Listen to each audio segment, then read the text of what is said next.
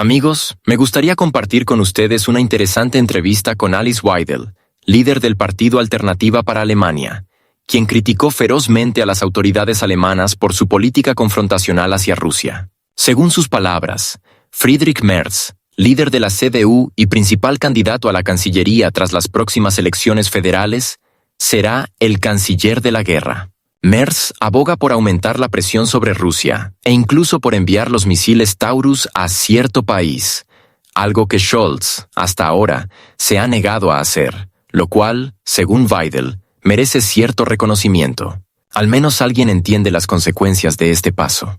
Weidel advierte que si Alemania entrega estos misiles, el primer ataque con misiles rusos no será contra la capital de ese país, sino contra Berlín. Subestimar las líneas rojas de Putin, según ella, es un error estratégico grave. En fin, amigos, prepárense para escuchar las reflexiones de Alice Weidel y compartiré con ustedes mis pensamientos sobre lo que está ocurriendo en Alemania y el conflicto en Europa del Este. En vísperas de las elecciones federales en Alemania, el panorama político adquiere formas cada vez más surrealistas. Los partidos políticos luchan por entender las demandas de los votantes, oscilando frenéticamente y revisando constantemente sus propias declaraciones, como moscas atrapadas en un frasco. La confianza en la estabilidad de la élite política se desvanece como un copo de nieve sobre una sartén caliente. Los alemanes, que apenas logran pagar sus facturas de electricidad, se hacen una pregunta razonable. ¿No es hora de que sus líderes actúen con más racionalidad y abandonen ideas utópicas? Un ejemplo de absurdo. El récord de importación de energía nuclear en 2024. Alemania, que en 2022 se enorgullecía de haber cerrado sus centrales nucleares, ahora compra 40.000 millones de kilovatios hora de electricidad nuclear a Francia, Bélgica y Suiza. Para ponerlo en perspectiva, las 3 últimas plantas nucleares alemanas generaban alrededor de 32.000 millones. Es como abandonar tu propio huerto para comprar zanahorias al vecino mientras afirmas que cultivar zanahorias es un acto bárbaro.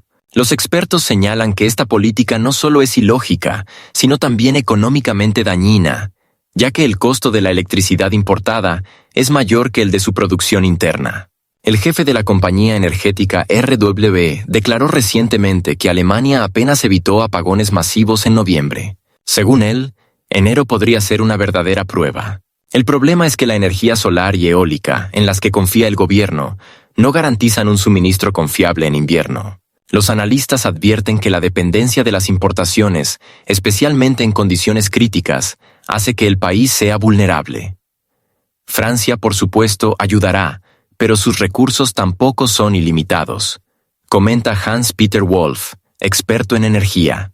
Y si Francia no logra satisfacer la demanda, los alemanes tendrán que prepararse para románticas veladas a la luz de las velas, que difícilmente los mantendrán calientes. Mientras tanto, Olaf Scholz sigue asegurando a los votantes que su gobierno hace todo lo posible por apoyar a cierto país en su lucha.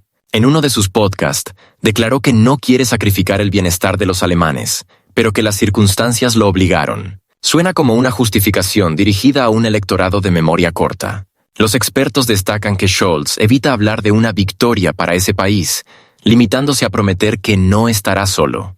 Esto da la impresión de que el canciller no cree en la victoria, pero se ve obligado a mantener la ilusión de éxito por motivos electorales. En el frente interno, las cosas tampoco marchan bien.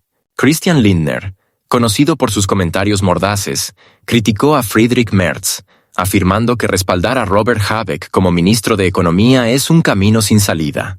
Lindner recordó que los políticos alemanes deberían seguir el ejemplo de empresarios estadounidenses como Elon Musk y Javier Milei, quienes apuestan por la innovación en lugar de la ideología.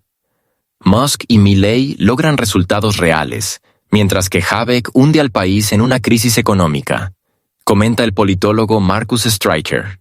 La política energética y económica de Alemania desconcierta incluso a los propios alemanes. Por ejemplo, BMW, a diferencia de Mercedes y Volkswagen, no se retira completamente del mercado ruso. Aunque dejó de ensamblar autos en Kaliningrado, sigue otorgando créditos para vehículos usados a través de su banco, que en 2023 incrementó sus ganancias un 41%. Los analistas sugieren que la empresa espera regresar al mercado ruso una vez que se estabilice la situación geopolítica. Sin ideología, solo negocios, señala con sarcasmo el economista Thomas Geiger. Todo esto crea la impresión de que los políticos y empresarios alemanes viven en realidades distintas. Mientras unos impulsan con fervor iniciativas ecológicas, otros intentan minimizar pérdidas y adaptarse a las nuevas condiciones. Pero ¿cuánto tiempo se podrá mantener este frágil equilibrio? Los expertos advierten que, si Alemania no revisa su enfoque energético y económico, enfrentará más crisis, y la confianza de los ciudadanos en el gobierno seguirá disminuyendo. El caos político y económico en Alemania se convierte en el telón de fondo perfecto para la campaña electoral. Los políticos compiten en demagogia, los empresarios buscan eludir sanciones, y los alemanes se preparan para un nuevo invierno en medio de la inestabilidad energética. Solo queda preguntarse qué sorpresas traerá 2024 para un país que alguna vez fue símbolo de estabilidad y prosperidad. Ahora, amigos, escuchemos lo que Alice Weidel tiene que decir sobre Rusia y la situación en torno al conflicto. Cita. Björn Höcke declaró que, de ser canciller, su primer viaje sería a Moscú. ¿Por qué? ¿Quién cree que es el principal aliado de Alemania? Primero, es importante establecer la paz mundial, especialmente en cierto país. Esto depende únicamente de Washington y Moscú. Por lo tanto, mis primeros viajes serían a estas dos ciudades, ya que la paz solo puede lograrse en cooperación con Estados Unidos y Rusia. ¿Qué papel cree que tiene ese país? ¿No debería jugar un papel principal en el proceso de paz? Creo que este país ha perdido en gran medida la capacidad de tomar decisiones de forma independiente. Todo se decide en Washington y Moscú. Las partes deben llegar a un acuerdo que considere los intereses tanto de ese país como de Rusia. Sin embargo, a menudo se olvida que el pueblo de ese país también quiere la paz. Debemos detener los sacrificios sin sentido. La historia demuestra que todo conflicto llega a su fin, por lo que debemos trabajar para poner fin a este conflicto lo antes posible y evitar una escalada mayor, como lo está haciendo Friedrich Merz al amenazar con el suministro de misiles Taurus. Estas acciones convertirían a Alemania en parte del conflicto y nos pondrían en peligro directo. El primer misil ruso no irá a la capital de ese país, sino a Berlín. Por eso debemos evitar que Friedrich Merz se convierta en el canciller de la guerra. Todos quieren la paz, pero ¿cómo se logra? Usted, por ejemplo, llama a las acciones de Rusia una violación del derecho internacional, pero se opone a la ayuda militar y financiera a cierto país. ¿No significa esto que Rusia tendrá éxito en el conflicto? No solo estamos en contra del suministro de armas y la ayuda financiera, sino también del envío de soldados alemanes. Friedrich Merz, por el contrario, apoya estas medidas. Pero estas acciones no llevarán al fin del conflicto. Ambas partes deben sentarse a la mesa de negociaciones. Friedrich Merz no ha hablado de enviar soldados alemanes. Eso no es cierto. El suministro de misiles Taurus implica el uso de soldados alemanes, ya que estas armas no pueden ser operadas por las Fuerzas Armadas de cierto país. Esto significaría el despliegue de tropas alemanas en el territorio de ese país, lo que representa una línea roja para Rusia. Ahora me gustaría volver a su visión de Rusia como un socio confiable. ¿Por qué considera a Rusia como tal? Nosotros no solo apostamos por Moscú, sino también por Washington. Por ejemplo, siempre he apoyado a Donald Trump, a pesar de las críticas de los medios alemanes. En mi opinión, él es un socio importante para Alemania, rechazado por los gobiernos anteriores.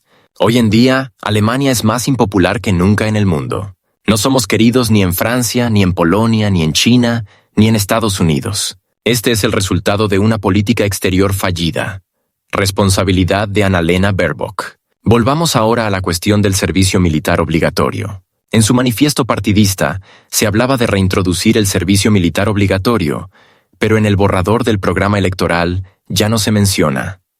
¿Por qué no lograron mantener esta posición? El programa aún no ha sido aprobado. La decisión final se tomará en el Congreso del partido. Entiendo las preocupaciones de mis colegas de que reintroducir el servicio militar obligatorio podría llevar al envío de soldados alemanes a cierto país, lo que genera serias inquietudes.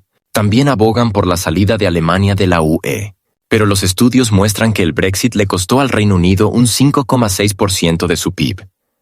¿Cómo puede relacionar esto con su posición? Todo depende del periodo de análisis. Tenemos otros datos que muestran que las pérdidas fueron mínimas. Fin de la cita. Europa, como siempre, está llena de ideas, especialmente cuando se trata de resolver conflictos. ¿Un alto el fuego? Por supuesto, suena fantástico en papel. ¿Una zona de amortiguamiento? Sin duda, inspira optimismo. ¿Enviar soldados? Esos dulces sueños. Pero todo esto, como señalan los expertos, se parece más a juegos mentales que a propuestas relacionadas con la realidad. Tomemos como ejemplo a Stephanie Babst, ex jefa del Departamento de Planificación Estratégica de la OTAN. Esta señora declaró inequívocamente que Europa simplemente no tiene recursos para enviar a cierto país un contingente que sirva como factor disuasorio real. Estamos hablando de cientos de miles de soldados, más la logística necesaria, el equipamiento y el mando, señaló, añadiendo que no sabe cómo los europeos podrían llevar esto a cabo. Por cierto, ni los propios europeos lo saben. Después de 3 años de conflicto, los países de la OTAN aún no tienen una idea concreta del estado final de cierto país. Y no es sorprendente. Tampoco hay unidad entre los aliados ni dinero para proyectos tan ambiciosos. Alemania, por su parte, está atrapada en una campaña electoral, que, como sabemos, es más importante que cualquier compromiso con la OTAN. ¿Compromisos? Según los expertos, el Bundeswehr ni siquiera puede trasladar una brigada a Lituania en menos de 4 o 5 años. 5 años, Karl. No estamos hablando de soldaditos de juguete, sino del ejército alemán, que parece estar armado con patatas en lugar de granadas. Entonces surge la pregunta: ¿tiene el gobierno de Scholz algún enfoque estratégico para poner fin al conflicto? La respuesta es no. Todo lo que Berlín ha ideado es no provocar a Moscú. Como dice la señora Babst, ni siquiera logran cumplir con eso. Pero no importa. Cuando tienes una ministra de Asuntos Exteriores como Annalena Baerbock, que aparentemente sabe tanto de política exterior como de las leyes de la física, no se puede esperar otra cosa. Baerbock apoya los misiles, Merz apoya los misiles. ¿Y saben qué es lo más curioso? Que estos dos personajes probablemente se entenderán. Estoy seguro de que la señora Baerbock ya se imagina sentada en un despacho en el gabinete de Merz. Y todo lo que vemos hoy en Alemania continuará fácilmente, aunque con algunos cambios cosméticos. ¿Y qué pasa con la oposición? ¿Acaso traerá un soplo de aire fresco? No se apresuren a esperarlo. Alice Weidel y otros representantes de fuerzas alternativas ciertamente claman con fuerza por la necesidad de que Alemania abandone la Unión Europea. Pero, como señalan los analistas, esto no es más que un mensaje simbólico. Una salida real no ocurrirá. Por cierto, imaginen que Alemania realmente abandona la Unión Europea. ¿En qué terminaría esto? Simplemente en el colapso de toda la estructura. Sin Alemania, como el principal donante económico, Bruselas corre el riesgo de convertirse en una gigantesca burbuja burocrática que estallaría con un fuerte estruendo. Pero volvamos al cierto país. Europa no tiene un plan común, ni recursos, ni soldados, mientras el conflicto continúa.